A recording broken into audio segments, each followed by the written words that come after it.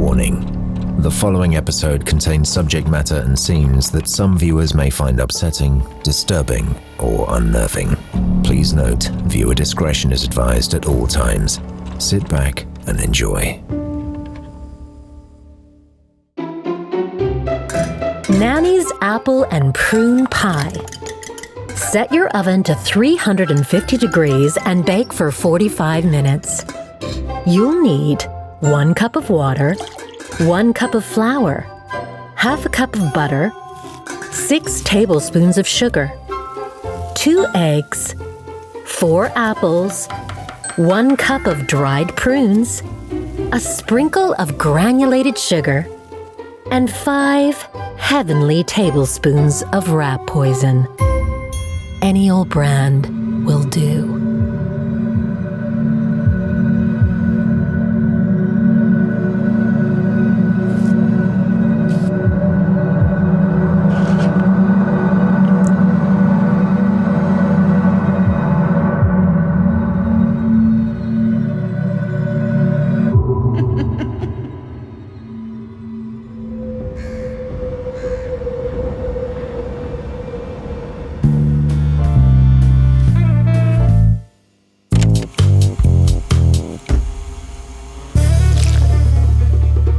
Hello and welcome back to another I Could Murder a podcast. This is episode number 5 of series 4. I'm Tom Norris and this is Ben Carter. But Ben, before we start, we've got a lot of comments on the YouTube saying you take too long in your intros. So Ben, I want you to do all the kind of the admin here in 20 seconds about what people should follow us on and all that stuff. So you've got 20 seconds from now. Right, we're very close to 5,000 followers on Instagram. So please head over there to @CouldMurderAPod. Twitter, @CouldMurderAPod. We post daily stuff on Twitter and Instagram. We also have a Patreon page, 40 episodes or so over there at the moment, £1 a week. Lovely deal for you guys and for us, so win-win for everyone. That's it, enough time. And so you didn't have enough time to mention the store or things like that, but that's fine. We've done it now. People can't be... They talk for 5 minutes before they start the case. We've done 20 seconds. He did a good job, to be fair. Yeah, it went the scenic route on some of them, but that was fine. Yeah. I've hit that point in life where the scenic route sounds safer. So today's case is a case that we've been aware of for a long time. It's been a fair few requests for it, and it goes by many a name. Ben, do you want to list through some of these names? Definitely, if we've got time. Nannie Doss, the self-made widow. The Giggling Granny, the Giggling Nanny. The Black Widow, the Jolly Black Widow. The Lonely Hearts Killer. Lady Bluebeard, the No-Go Nanny Widow. Oklahoma's Jolly Widow as well. It's a lot. The No-Go Nanny Widow. I've made that one up. Yeah, that's I think you probably visibly see me pull a face when that one was said. Because that was the least. Oh, but how does one rack up so many names? Well, Ben, we're gonna find out exactly what made Nannie Doss giggle. So, Ben, let's go back in time, all the way back to 1905. Let's. Okay, so we're going to do what we usually do, go back and see exactly what formed the Giggling Granny, or Giggling Nanny, or Giggling Nana. Nannie Doss was born Nancy Hazel on November 4th, 1905 in Blue Mountain, Alabama. Scorpio. Pardon, Ben? She was born in the part of Anniston to James and Lou Hazel. Now, first off, Ben, I thought Nannie Doss, and with all the names Giggling Gran and all that stuff, she did go on to become a grandma, but she was called Nanny from a young age as a nickname for Nancy, which I've never heard in my life. Yeah, and it makes it seem quite familiar, which when you read about what she goes on to do is obviously, it's uncomfortable familiarity. But yeah, Nanny, it's kind of like a nickname you'd give to a dog. Okay, here comes Nanny. I'm sure there's a famous film with a dog called Nanny. Someone's fallen down the well. Get Nanny McPhee. Woof! That's way too loud. Fucking hell. Woof! Jesus. She had 1 brother and 3 sisters. Nana is a Saint Bernard who appears in Disney's animated film Peter Pan. Peter Pan, yeah. We both got there. In a way. Sorry for that interruption. That's all right. We need to know it. Still, I think it's a creepy name for a dog. But yeah, call your dogs whatever you want. I'm not going to judge you. Judgy. Judge. Dan, the producer's dog. Judge. Get a picture up on seat. Full circle.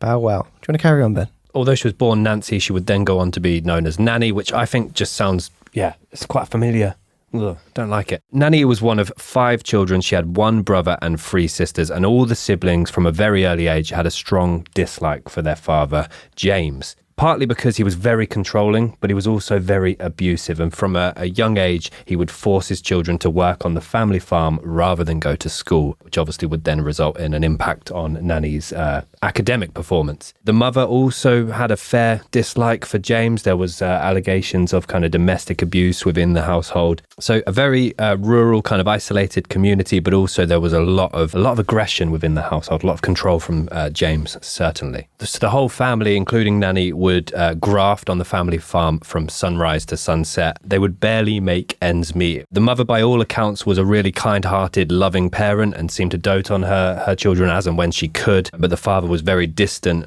When he was there, he was very aggressive and controlling, as I've said. Extended family would also regularly visit the Hazel farm, and it is alleged that from a very early age, Nannie would be sexually abused by her cousins and by her uncle. So she had a very tough upbringing, did Nannie. Yes, and her dad, as Ben said, was very controlling, would also prevent them kind of wearing makeup or attractive clothing. He wanted basically he didn't want to attract men to his daughters because he was worried about them being molested, but in turn, it happened within the family. Which when Nannie told her father about the incident, he didn't believe her basically, and he denied the incident actually happened. Her going to her father, trying to confide in him and trying to get some support, and him just saying no, that's. So she's isolated on the family farm, working away with her siblings and her mother, very controlled by her father, not able to socialise, not able to go to school. So to kind of escape from this, during her childhood, her favourite hobby was reading her mother's romance magazines and dreaming of her own kind of romantic future, kind of with the idea that she'd eventually meet her soulmate, the love of her life, and live happily ever after. But this is a true crime podcast. And I don't believe things are going to work out quite the way Nannie intended. When she was around 7 years old, the family were taking a train to visit relatives in southern Alabama when the train stopped suddenly and Nannie hit her head on a metal bar in the seat in front of her. And we know, Ben, in a lot of the cases we've covered already, a sudden impact to the brain or the frontal cortex, it can lead on to certain problems going forward, lack of empathy and whatnot. And yeah, it can change the person it happens to. So this was a very sudden incident, and it led to her having years of headaches, blackouts, and depression. She blamed her mental instability on this accident. And research shows it can severely affect the personality, but it wouldn't have turned her into a cold-blooded killer overnight. This impact with years of abuse can really have a big impact on the psychological health in later life. Yeah, so it's a lethal combination. And there was a lot going on with that train journey as well. So different articles that we've read state that they were just on a train journey to visit family in southern Alabama, but I also read that they were fleeing from an oncoming tornado. 2 birds, 1 stone, eh? There you go. Let's get out of here, but we haven't seen Frank in a while. Frank, I'm in the tornado. No. Hello.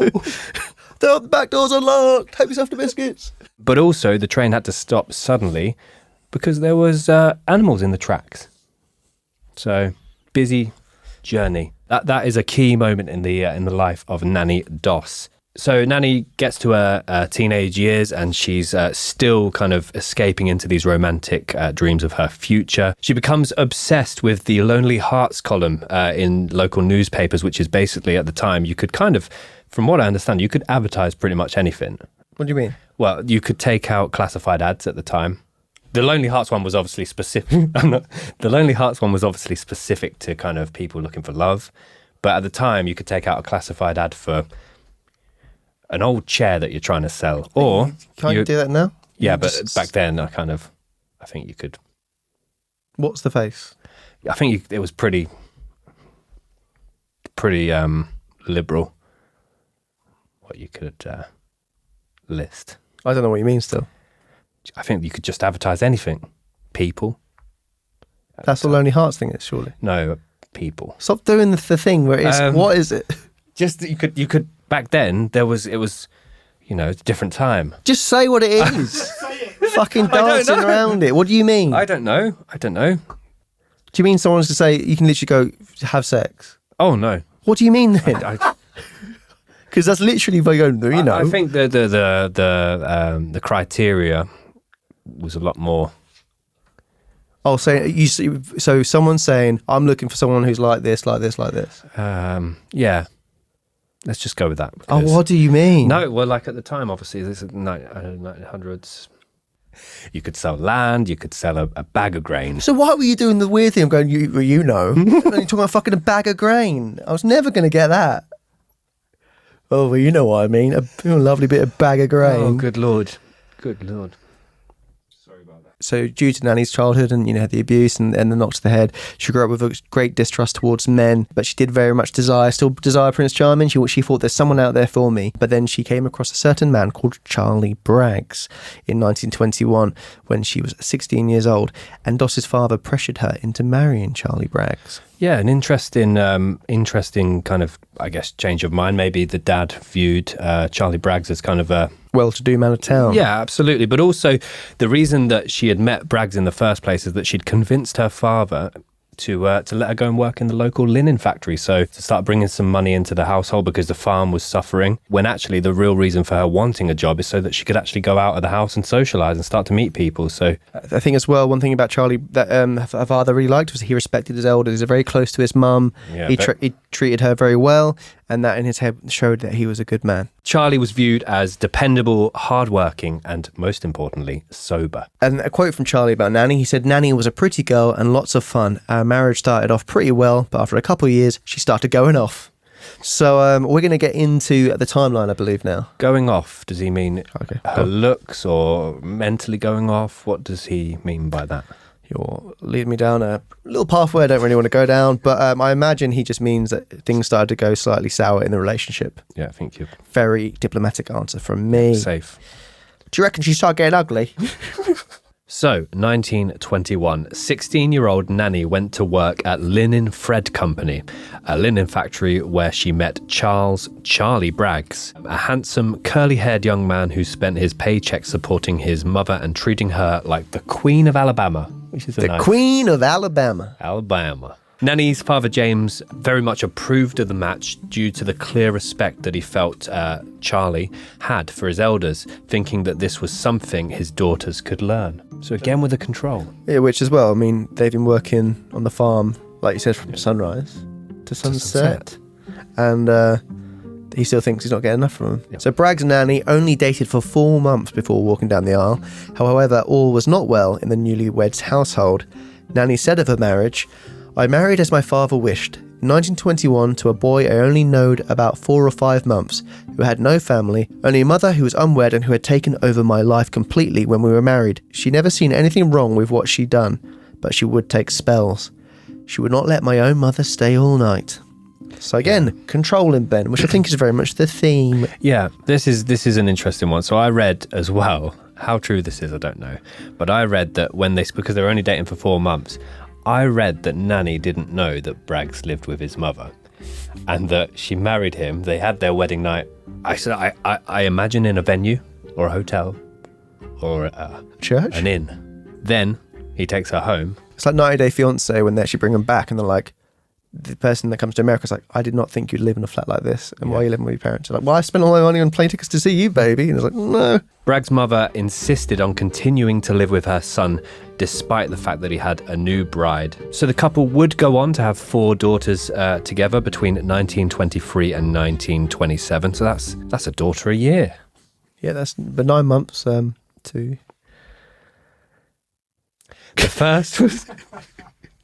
The first was Melvina in 1923, then Zelma, and then Gertrude, and the last was Florine. It's weird because that name actually has a question mark at the end of it.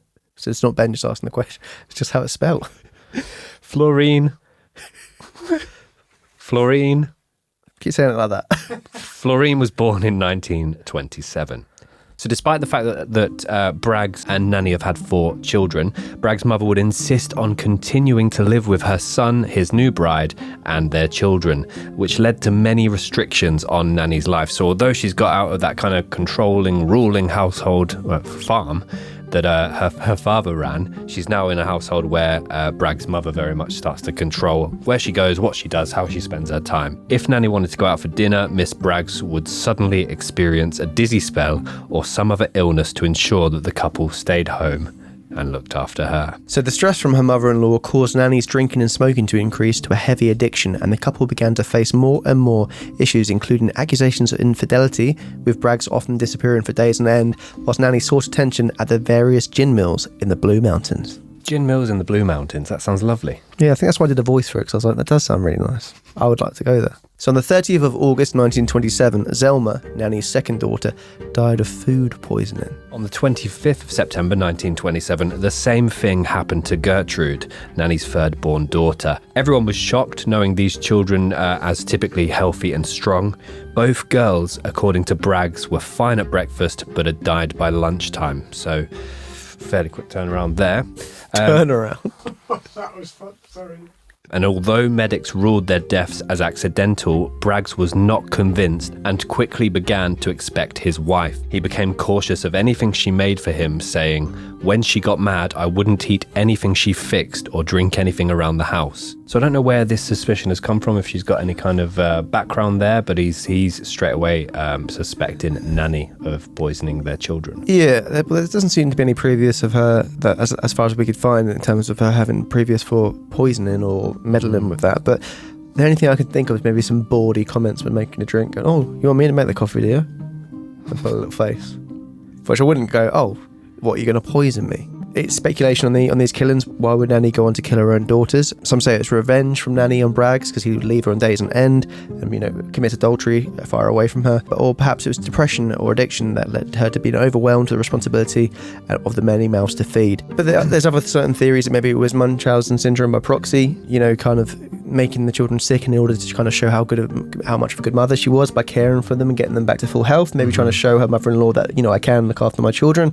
Yeah. Maybe the dosage was too high that led to them passing away. There's a lot of different speculation here. So as the marriage would go on, Braggs and Nanny kind of both drifted apart. Soon after, Braggs ran away, taking his eldest daughter Melvina, leaving behind newborn Florine with Nanny. Mrs. Braggs, Nanny's overbearing mother-in-law, also died around this time, which is quite an interesting note, and it is suspected that Nanny was the killer. However, she is not listed in the official victims and was at the time said to have died of natural causes. So in 1928, Nanny found a job as a cotton miller to support her and Florine. Braggs returned a year later with Melvina, however had a new woman, a divorcee with her own children. Braggs sought a divorce, stating his reason for leaving as being frightened of her. Nanny took the girls with her to live with her mother, leaving Braggs with his new family, cursing him, his girlfriend and her own bad fortune. However, it wouldn't be long until Nanny was on the hunt for love again. So in 1929, finding herself single once again, Nanny descended deeper into her romance novels as well as deeper into her depression. She gained employment in another cotton mill. A lot of cotton mills about at the time. Yeah, a lot of mills milling them out. Nanny enjoyed the escape from her overbearing parents as well as the responsibilities of motherhood. Although receiving admiring looks from men in the shop, Nanny was determined not to make the same mistakes with her next husband. Instead, she would write to a number of men from a Lonely Hearts column, but only one man's response interested her, and this was a response from Robert Frank Harrelson, a 23-year-old factory worker from Jacksonville, bonded with Nanny very, very fast, and they would even send pictures and semi-explicit love letters to each other. So it's heating up. And assuming she's probably, wanting to move on from Braggs, find someone who's a bit more eligible bachelor, maybe a bit more money, going from Braggs to riches. He soon proposed and they got married, living together with Melvina and Florine, Nanny's remaining children from her first marriage. However, the marriage was not what Nanny had hoped for. Harrelson turned out to be an alcoholic abuser who had a criminal record for assault. Still, the marriage lasted for 16 years. A lot longer than Braggs. In 1943, Melvina, Nanny's eldest daughter from her first marriage, had married and gave birth to a little boy, Robert Lee Haynes. So Nanny became a nanny. She did, Ben. Foreshadowing her name, wasn't it? I don't follow. 1945, Melvina gave birth to a second child, a girl this time. However, the labour was a lot harder. Nanny, playing the dutiful mother, was there to support her daughter. Within an hour of her birth, the child died. Melvina, who was drained from delivery, dreamt that her mother stabbed the child with a hairpin on the head continuously until she died. The doctors could not account for the child's death, leaving Melvina and the dutiful Nanny heartbroken. Melvina, not being able to remember clearly what had happened, told her dream to her stepfather and Florine a few days later, who confirmed that Nanny had been holding a hairpin earlier in the evening. Spooky. Hairpin. Yeah.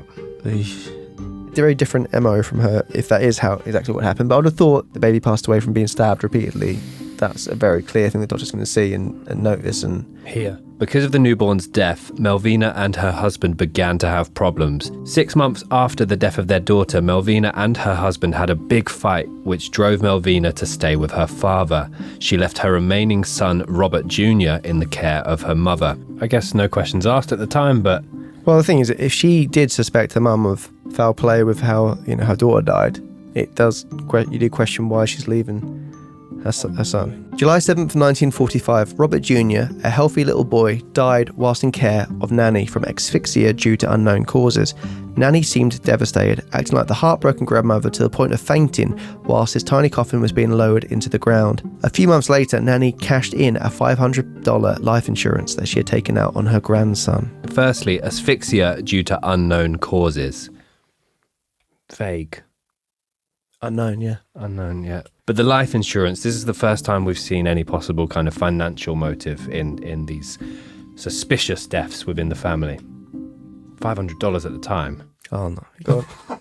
Every time. Yeah, how much is that now, Ben? That's £2 million. But why would you take out a life... Just trying to get some chat going. Oh, yeah, no, go on. So first question then. Life insurance policy on a little kid. What's going on there? I have never done it. Never take one out on a little kid. I don't know how to respond to it. Cashed in a $500 life insurance. So the 15th of September 1945, second husband Harrelson had been out drinking with his friends. At the time, Japan had just surrendered and the Second World War was finally over. He was celebrating and welcoming home friends from overseas, drinking heavily into the evening. He returned home in a very festive mood, wanting sex fireworks style. Let me just absorb that information. When Nannie refused, he slammed his fist into a wall, saying, "If you don't listen to me, woman, I ain't gonna be here next week." And then he raped her. Although this wasn't the first time this had happened, Nannie had been pushed to her limit. The next day, whilst gardening, she found her husband's corn whiskey jar amongst the flower beds, which Nannie took particular offence to as she liked keeping her garden tidy. She poured away some of the whiskey and topped it up with rat poison. That evening, Harrelson died in excruciating pain at age 38, whilst Nannie washed out the empty whiskey jar, getting rid of any evidence. Nannie told family and friends that Harrelson had died of food poisoning. She quickly collected his life insurance money and bought a plot of land and a house close to Jacksonville. Yeah, so again, we see that kind of, the financial motive there. As well as that, there's not much known about Nannie during 2 years after her husband Harrelson's death. It is thought that she travelled by rail around the country, and there were actually rumours of another husband during this time called Hendricks. However, police did not follow this up. It could be possible that there is another unaccounted for victim. So basically, yeah, she was, her children had all grown up. She had kind of financial independence, and it's alleged that she was kind of traveling from town to town during this kind of couple year period. So in 1947, after a long search, Nannie met true love number 3 in Lexington, North Carolina. And this was also through another Lonely Hearts column. Arlie Lanning was a labourer who was originally from Alabama and apparently smitten with Nannie, married her after just 3 days. She must have some sort of allure to her. People tend to fall for her quite quickly. Yeah, and the thing as well, she's grown up loving these romantic novels, and their kind of idea is, if you fall madly in love with someone, you do kind of get swept up in that whirlwind of love, and maybe it is a case of going, well, if this is the right person, it's the right person, and she's probably selling that dream to them as well. You found your partner. It does seem that she's seeing the kind of Prince Charming every time she sees that new person, but then it does tend to quickly fall away, like it does here. Unfortunately, Nannie quickly learnt that she had chosen poorly yet again. Lanning turned out to be an alcoholic womanizer, drinking and flirting too much for Nannie's liking. However, this time it was Nannie who disappeared for days or months on end. So Arlie would receive a cablegram that said, "Send money or be home soon." The wires came from all directions. She seemed not to remain in one place for too long. Nannie always returned to play the charming, doting wife, with Lanning always promising to give up the booze and women, which never lasted long. Nannie would attend church when she was home, sometimes bringing along Lanning during his sober periods. It wasn't long before whispers started. Lanning's reputation caused scandal amongst the community, with Nannie receiving pity from her church-going peers. This does seem to happen quite a lot as well, with obviously her losing her children at a young age. People around her, and the Sport Network did kind of very much feel sorry for Nannie, like, oh, she's such a good mother, she's so upset. Obviously, she was putting on quite a show before falling by the coffin. she did really kind of enjoy that sympathy that she was getting. Yeah, and I'd imagine she'd really play on that fact. I've lost my mother-in-law, I've lost my children, I've lost even a grandchild at this point, 2 grandchildren, I believe. So yeah, I think she's possibly playing to this as well, informing everyone of just how many people close to her she's lost. Maybe she's chasing some sort of attention from all this sympathy and getting satisfaction from it. So on the 30th of June 1950, Nannie had been playing the doting wife, taking care of her home and her husband when she was there, helping her new mother-in-law with cleaning and housekeeping, as well as tending to her terminally ill sister, Dovey. In one of her many disappearing spells, Nannie stayed with Dovey and poisoned her, adding to her growing list of victims. So yeah, that's the thing as well with this, is like killing abusive partners and whatnot, not saying that that's ever excusable, but then killing the innocent children and also family members, it didn't seem to faze her one bit. The 7th of September 1950, whilst visiting her mother-in-law, Nannie also poisoned her, claiming that the elderly woman had died in her sleep. Due to Nannie's renowned good character and her mother-in-law's old age, no one thought to question this. Shipman vibe there. So the 16th of February 1952, Nannie, now a pro at dealing with unruly husbands, had been mixing poison in Lanning's alcohol. The night he finally died, she told people it was due to heart failure, and the doctors confirmed it since he was an alcoholic and no one suspected a thing. His funeral was a grand affair with the whole church community turning out, not for Lanning, but to stand in support of his devastated widow. So that's the thing as well. She's got complete backing from the local community, support from the church. She's very much looking like just the unluckiest lady in the world at this point. Yeah, well, because she did travel around as well, I'm not sure how much she would have let on about what previously happened, because then people might have been asking questions. But from this church community, obviously they've seen her the church every weekend. Occasionally Lanning would go with her, but when he wasn't going with her, it was because he was going through a bad spell of alcoholism. Yeah. So they probably felt sympathy to her already, and then they're like, she's such a stoic woman, and look how strong she is afterwards. At his funeral, Nannie put on a show saying he just sat down one morning to drink a cup of coffee and eat a bowl of prunes I especially prepared for him. Up until then, well, let me tell you, he looked in fine shape. Then, 2 days later, dead.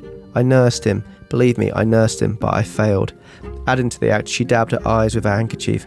Poor Ali. You know what he said to me before he breathed his last? Nannie, he said. Nannie, it must have been the coffee. Which I think is you're essentially implicating yourself there. Yeah. Because it's not just like, Nannie, this coffee tasted so good. I think it's done me over. It's obviously not what he's implying. No, I would have gone with the prunes, if anything. Prunes have gone off. Oh. I thought you'd gone then. Yeah, thank you.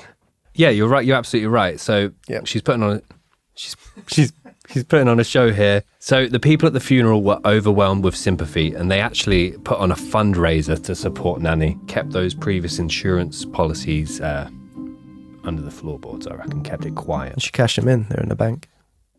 So another strange note is that just before Lanning died, a nephew living with him died of food poisoning, of apparent food poisoning. In his will, Lanning had left his house to his sister, and mysteriously the house burnt down just 8 weeks after Lanning's death. Nannie quickly collected and banked the insurance money, making a quick getaway from North Carolina. So she's not just insuring people, she's insuring properties. So yeah, you could argue there that maybe the house being left to the sister, angered her deeply enough to burn it down, or she burned it down for the insurance money. But yeah, she is on a rampage here. You have to ask as well, during that time period, people dying of food poisoning they seem to no one batting an eyelid. I've had food poisoning before, but I'm still here. 1952, now in Emporia, Kansas, Nannie signed up to another day in service called Diamond Circle Club. Ooh. Interested? Sounds pretty exclusive. I'll tell you more about it and see if we can get you in there, boy. Membership was $15 per year, for which she received a monthly newsletter of the newest members. Wow. No pun intended there. This is where she met recently retired businessman Richard L. Morton of Jamestown. She noticed that he wasn't an alcoholic abuser like her past husbands. Perhaps he could be the one. So lucky number 4, potentially. So the 12th of January 1953, Nannie and Morton wed, less than a year after them first meeting. Soon after this, though, Nannie's mother fell and broke her hip, and Nannie quickly volunteered to take care of her, moving her mother into the newlyweds' home. It wasn't long until Nannie poisoned her too. So this is all just this things happening very, very quickly, but this is her own mother, who by all accounts was really, really good to her. Yeah, in comparison to her father, yeah. But I don't think that it seemed to be she enjoyed the act of actually doing it, and the monetary value that she got from some of these deaths. But like you said, she was very fond of her mother, so yeah. I mean, maybe it's a mercy killing, similar to the other mother-in-law. That she felt maybe the mother was still in pain, and she wanted to. But also, Richard L. Morton, he's no different than her mum's with. It's exactly what she didn't like happening in her first marriage, living with the in-law. Yeah. So remember, Richard was like, "Look, Nannie, I know what you like. Do us both a favour." I'm not going to do that.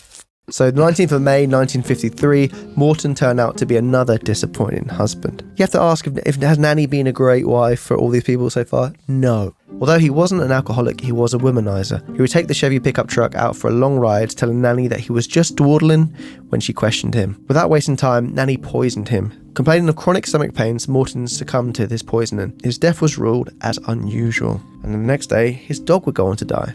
So she's jumped to conclusion quite quickly there. He's going out on long Chevy pickup rides, and that must mean he's cheating. 3 months, gave him 3 months. 3 months. Which, in Nannie Doss time, like dog years, Nannie Doss years, she should get married after 4 months and get married after 2 days. So 3 months. It's more like 10 years. Exactly. Yeah. So in June of 1953, Sam Doss had been corresponding with Nannie via letters prior to Morton's death. So it's like texting someone on the sly, isn't it? That is, very much so, very much so. Nannie, you got another letter. Who's this from? Oh, it's nobody. I imagine that's probably how the conversation went. And the dog was giving her a weird look, and she's like, "Don't you give me that look, dog." Once Morton had mysteriously died, Nannie got the first bus to Tulsa, Oklahoma to meet her pen pal. Doss was a Nazarene minister who also worked a steady job as a state highway inspector. He spoke softly and often wore a necktie. He was neither threatening nor violent, however did impose strict rules such as a 9:30 bedtime. They were engaged and married soon after meeting, however his frugal lifestyle was not what Nannie was used to. After revolting and running away to Alabama, Doss sent Nannie pleading letters promising to open up the purse strings and give her a life she was more accustomed to. He rearranged his banking to give her equal access and took out 2 life insurance policies naming her as the sole beneficiary. I think we can all see where this is going. He was very tight with his money. Then he was like, "No, come back, I'll treat you right." But this guy, at least he's not womanizing, at least he's not going out drinking, but just a bit, set in his ways, Ben. But if people change those ways, they can find things. Yeah. There's someone out there for everyone. And that Sam Doss probably wasn't the right one. Mm. September 1953, Nannie baked Doss her signature prune cake. So you might recall from our intro, if there's a prune about and Nannie Doss is about, maybe say no. No coffee though. And a big bowl of coffee. Big bowl of coffee. This one was right. I love a big bowl of coffee. When I'm in Costa, you got a bowl, please? That night, his stomach began to ache, progressing to violent spasms, and he was bedridden for days. Eventually, when he went to hospital, his diagnosis was a severe infection to the digestive tract. Ouch. Prune cake. Yeah. Take that off the menu. Mm-hmm. Yeah, please. So on the 5th of October, just a couple of weeks after he was admitted, Doss was discharged from hospital and sent home. So on the 12th of October 1953, Nannie makes Doss a dinner of roast pork, insisting he drink his coffee alongside it to get him back on his feet. Big old bowl. Big old bowl next to the roast pork. She admitted... Roast with coffee? Yeah, never. Not even a... Yeah, roast my coffee, fine. But roast and coffee declined. Yeah. What? Just out of interest, well, you wouldn't have the roast pork either, would you? No. Borals. She had mixed arsenic with his coffee, and with every gulp, Doss was slowly poisoning himself, and before midnight, he was dead. The physician who had released Doss from hospital not long before ordered an immediate autopsy on his otherwise healthy patient.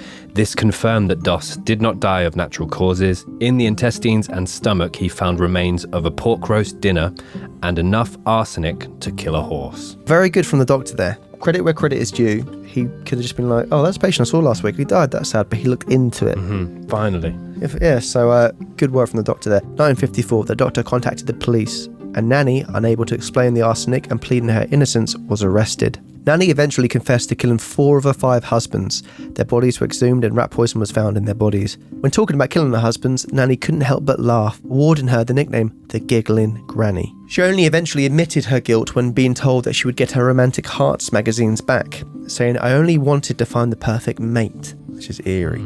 She eventually confessed to also killing her mother, her sister, her grandson, and her mother-in-law. So yeah, you have to think back to Braggs. He got away from Braggs, no stitches, I guess you could say. It doesn't really work, but you could say it. But yeah, he was the only husband that didn't get killed. He sent something of her person, and then he gave it legs, which he was... Got the hell out of Dodge. Got the hell out of Doss. Right, she wasn't called Doss. Kind of. Yeah, but she wasn't called Doss then. Um, And also out of her.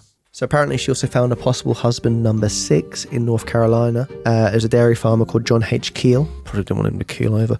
Before her arrest, and even sent him a cake. Don't eat the cake, John. I mean, this was a long time ago. She's probably watching this with it in front. If he is, then that's incredible. Don't eat it. So on the 17th of May 1955, Nannie pleaded guilty to the murder of Samuel Doss. She was never charged with the other deaths, and she was spared the death penalty because she was a woman. However, she was sentenced to life in prison, where she would die in 1965 of leukemia. So yeah, 11 victims confirmed, but there's speculated there would be more. Yeah, I mean, these are only the ones that she would admit to. Yes. Range of victims as well, no particular kind of MO there. No, that's the thing. It's Beverly Allett, who'd kill, obviously she had access to children and she would kill very young children. Yeah, as you said, it's husbands, it's family members, it's children, it's not always for financial gain, which is kind of what you assume it would be. It's a very odd one. And I can completely understand, she grew up in a really strict household. She wasn't happy. It was very controlling, and she wanted to kind of break free and do live her life. Yeah. But then, this man's the right man for me. Maybe ask for a divorce. Yep. I guess I better go make another prune cake.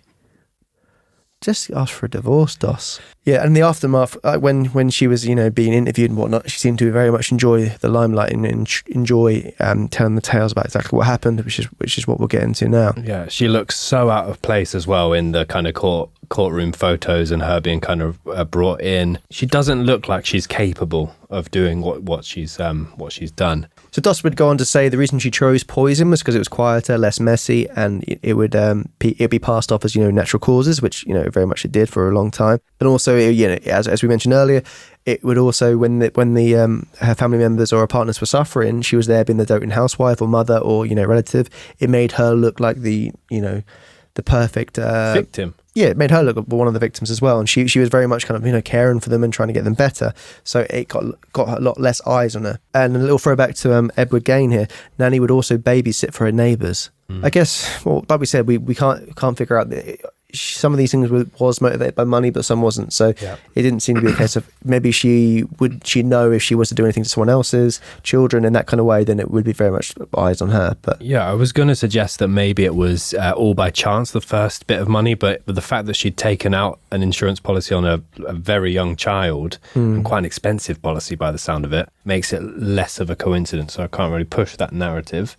One thing I found really interesting though is that once she is now arrested and serving this life sentence, detectives had a lot of difficulty in getting a full and proper confession out of Nannie Doss because she was too enthralled with her Romantic Hearts magazine. So they probably should have thought about that before giving her the magazines back. Just one more page. Very odd. Yeah. Oh, sorry, I'm going to have to finish the chapter. I'll see you tomorrow. When the police finally did get Nannie's attention by taking the magazine from her, and this plays straight into your impression, she giggled and flirted with them like a young girl.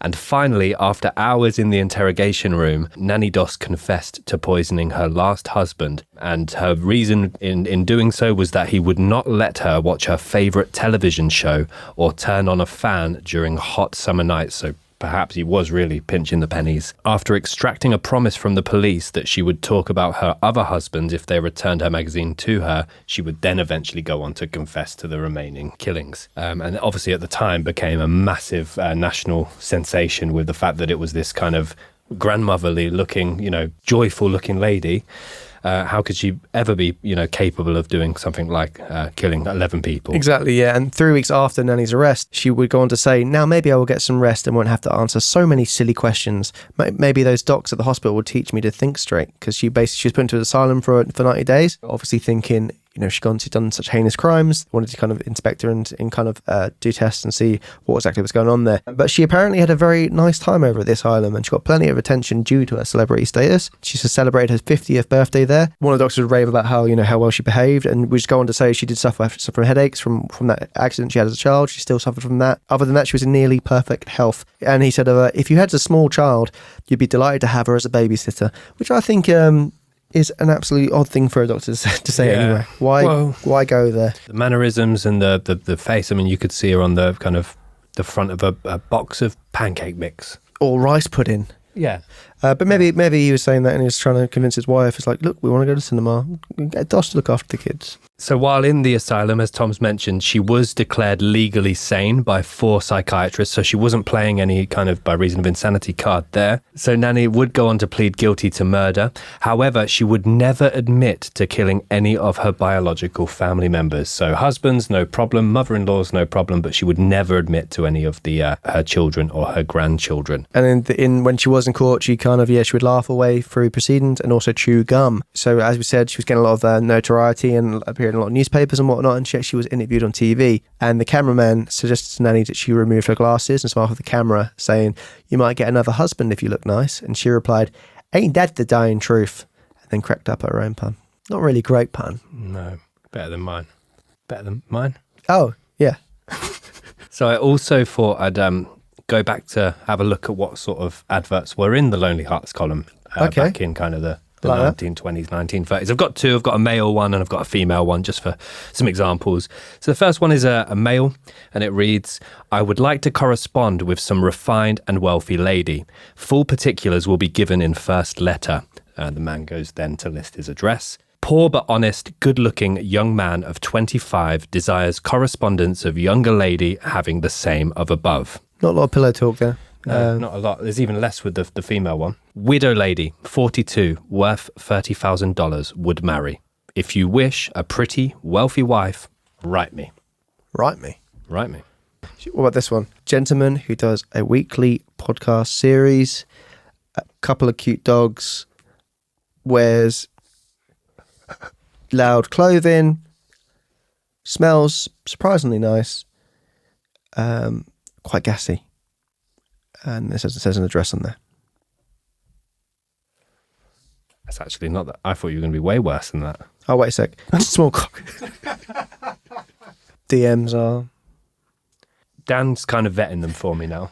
Is he? Yeah, so message Dan first. Hello. But when Doss was in prison, she, after a while, the celebrity status and whatnot, she kind of, would go on to say, time passes slowly here in prison. Behind my smile is a heavy heart. I've always made people think I was happy, even though I wasn't. And her daughter became ill and she wanted to go in, to visit her daughter. She would go on to say she wished that she was tried in Kansas or North Carolina, because that's where she would have gotten the electric chair. They always tend to say that when they've been sentenced to life and there's no possibility of execution. They're like, I'd have preferred death. It's like putting your finger up at a tiger in a cage, because that. Why are you putting the finger? Well, it's like doing something there'll be no consequence of the action. Do you know what I mean? Yeah. Where are you putting the finger?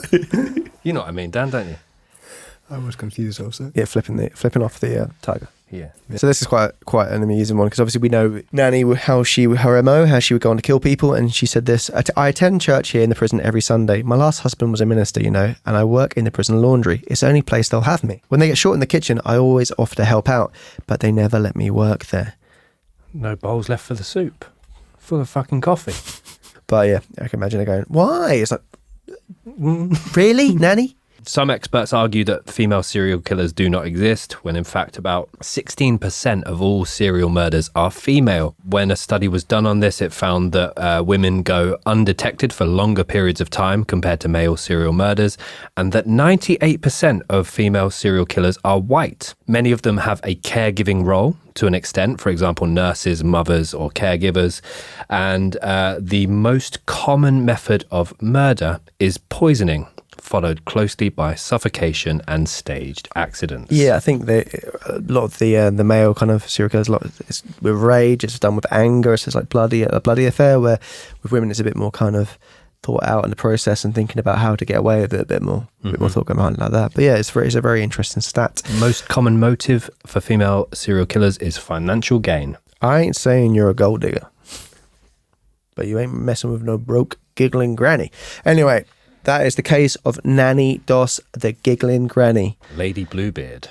Lady Bluebeard is a very odd one. Yeah. Oklahoma's Jolly Widow. Oh, what's the one you made up? The no-go granny widow. Didn't even have to scroll up for it. It's in my head. Did you get towed? Possibly.